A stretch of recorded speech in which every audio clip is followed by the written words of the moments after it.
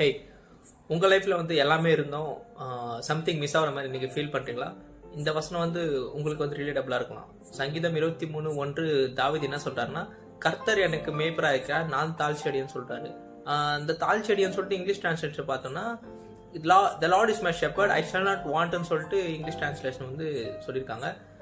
எதுக்கு ஐ shall not வாண்ட்னு சொல்லிட்டு தாவீது அந்த மாதிரி சொல்கிறாருன்னா, அவர் வந்து நல்லா புரிஞ்சு வச்சுக்கிட்டாரு. கர்த்தர் என் கூட இல்லைன்னா என்கிட்ட எதுவுமே இல்லைன்னு சொல்லிட்டு அவர் புரிஞ்சுக்கிட்டாரு. ஈவன் எனக்கு வேண்டிய தேவைப்பட்ட எல்லா விஷயமும் என் லைஃப்ல கிடைச்சாலும், பட் காடுன்ற ஒரு விஷயம் என்கிட்ட இல்லைன்னா ஐ எம் நத்திங். அந்த ஃபார்முலாவில் தான் அவர் வந்து டேவிட் வாழ்ந்திருக்காரு.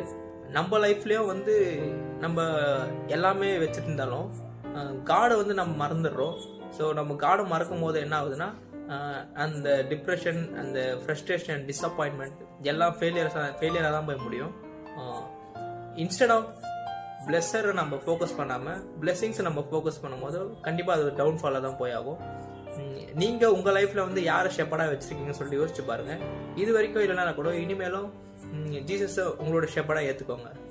பாய்.